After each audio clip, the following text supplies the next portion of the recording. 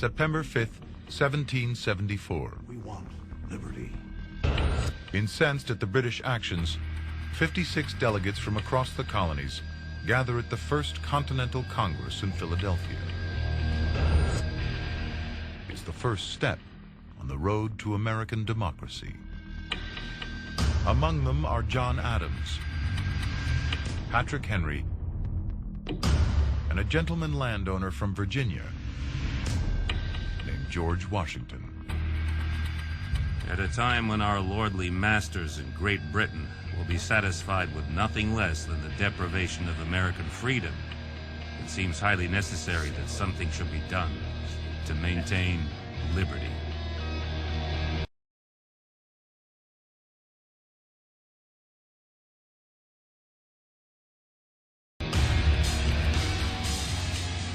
Across New England, people prepare to defend themselves. Smuggled arms are collected and stashed in secret hideaways. But while many expect conflict, most delegates in Philadelphia want peace with Britain. A military action would make a wound that would never be healed. That's good. Have all day. Let's go. Come on. The First Continental Congress resolves that a British attack on any one colony would be regarded as an attack on all of them. Let's go. You need to stack at the front. What emerges at Philadelphia is solidarity. The distinctions between Virginians, Pennsylvanians, New Englanders, and New Yorkers are no more. I'm not a Virginian. I am an American. The future of the 13 American colonies hangs in the balance.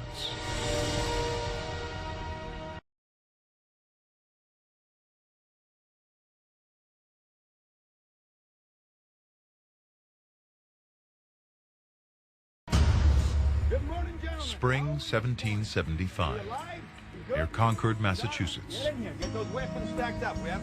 Local gunsmith Isaac Davis puts the town militia through basic training. American patriots knew that they were doing the right thing. You're starting a birth of a nation. You know, you had to really believe in what you were doing. You got to keep this clean here, sir. You keep that clean, it'll save your life. You don't? If war comes, this will be America's first line of defense. A volunteer home guard, with weapons paid for by local citizens. Gentlemen, it's looking good. It's looking good. Let's have some breakfast and move out. They're farmers, blacksmiths, and store owners. A fighting force of ordinary Americans. The militiamen of any of the colonies were made up of just its citizens. It was a citizen-based protection unit. And some of them had some skills, but some of them were just the carpenters. Some of them were just the mason or the blacksmith. I mean, these were the guys that they had something at stake to protect their colony. So they started to form together, just trying to help protect each other. Every town across the colonies has its own militia. But now, they're preparing to defend themselves against the British Army. Better than yesterday now, better than yesterday. For 6 generations across Massachusetts, men are expected to serve as militiamen.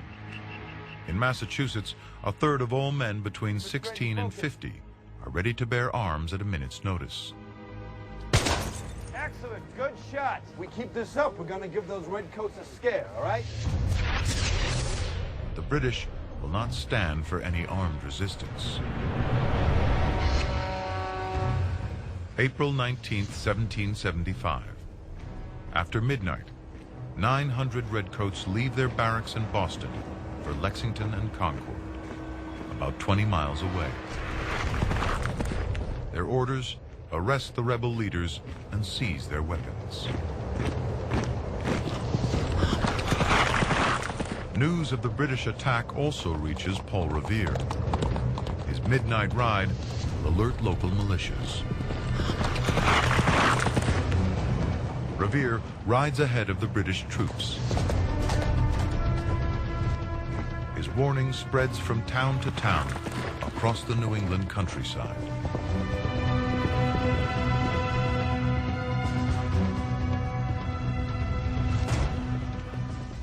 Paul Revere reaches Lexington in time to spread the word. The British are coming. We need to warn the militia. Get them together. All right. Come on.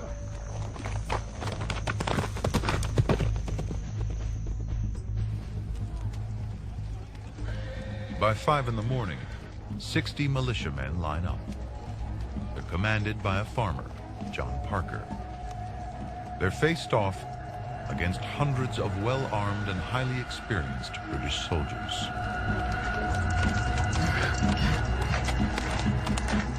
What happens next will transform the world forever.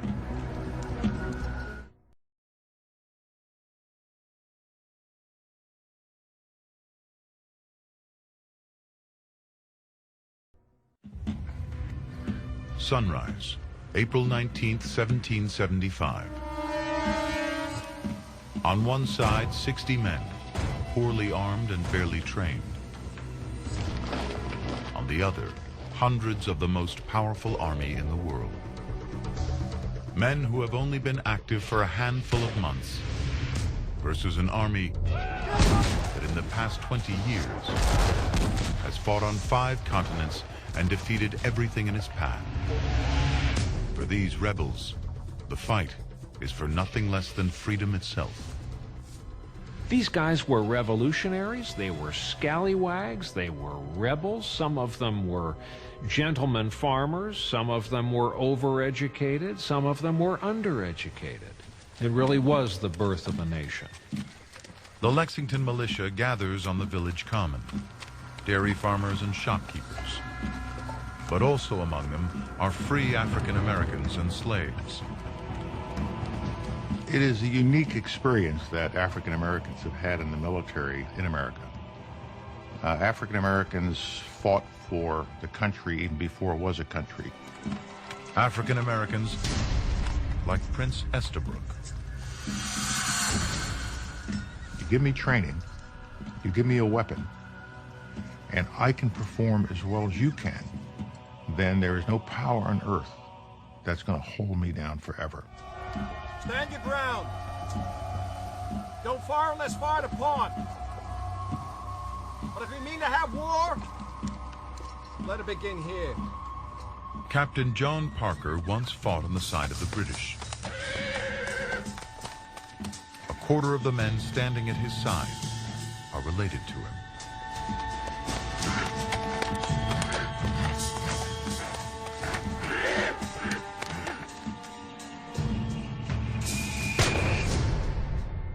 No one knows who fires the first shot at Lexington. But it's the shot heard round the world. I mean, the Redcoats, that's intimidating. The way they move, the way they march, the way they execute on that open space. I imagine on some level for the guy who works the printing press, this is overwhelming, beyond anything you could possibly articulate in words.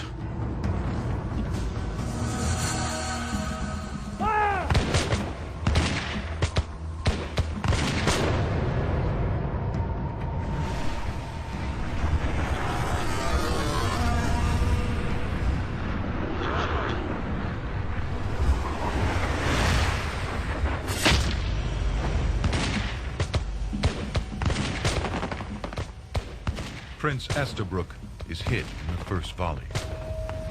No army in the world can stand toe-to-toe with the British, let alone a ragtag militia.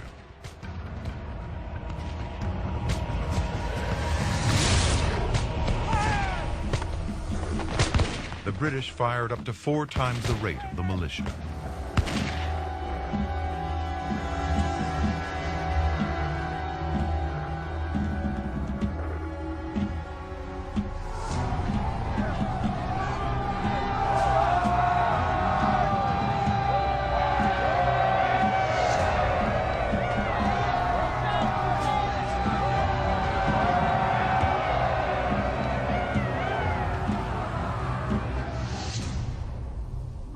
Within minutes of the first shots fired at Lexington, 8 patriots are dead, 10 wounded. The American Revolution has begun.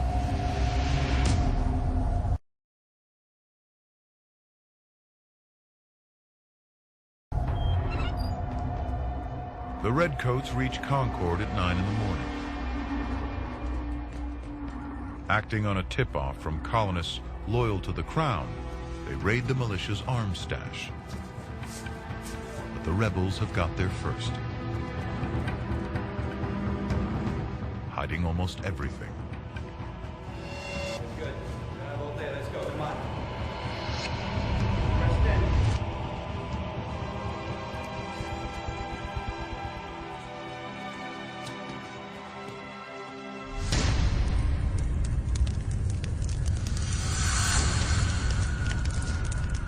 They continue to search for weapons, giving the Patriots more time to spread the word.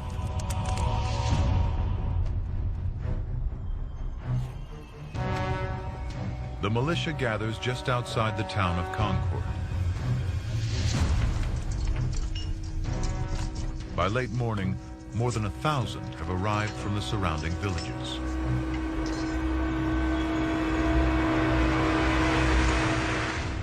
Their plan, to defend their towns against the British. Let's go!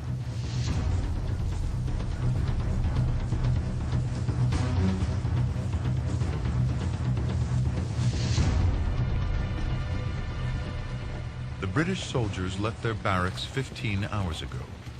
And now, they face a 20-mile march back to Boston.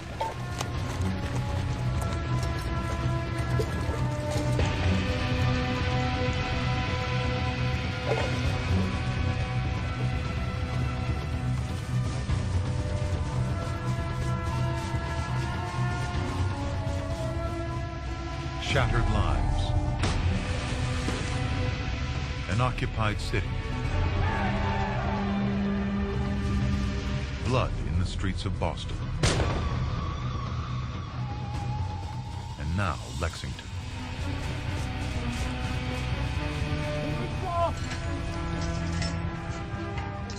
A people unified in the fight against tyranny.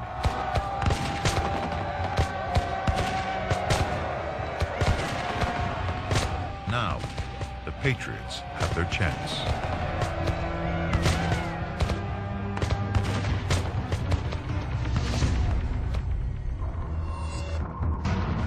Gunsmith and militia leader Isaac Davis takes a bullet through the heart.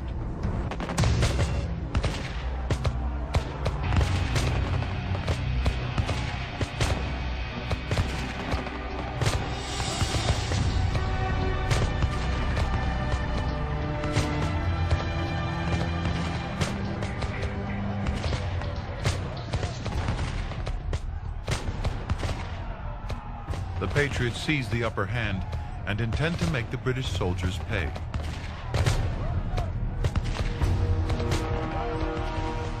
They shadow the Redcoats' march, firing on them the entire way. A third are killed or wounded.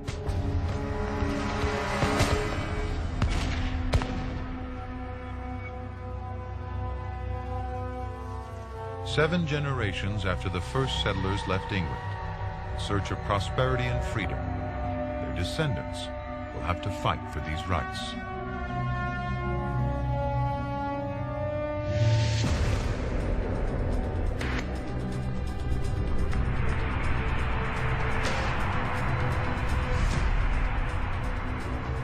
Standing in their way is the might of the world's greatest military superpower.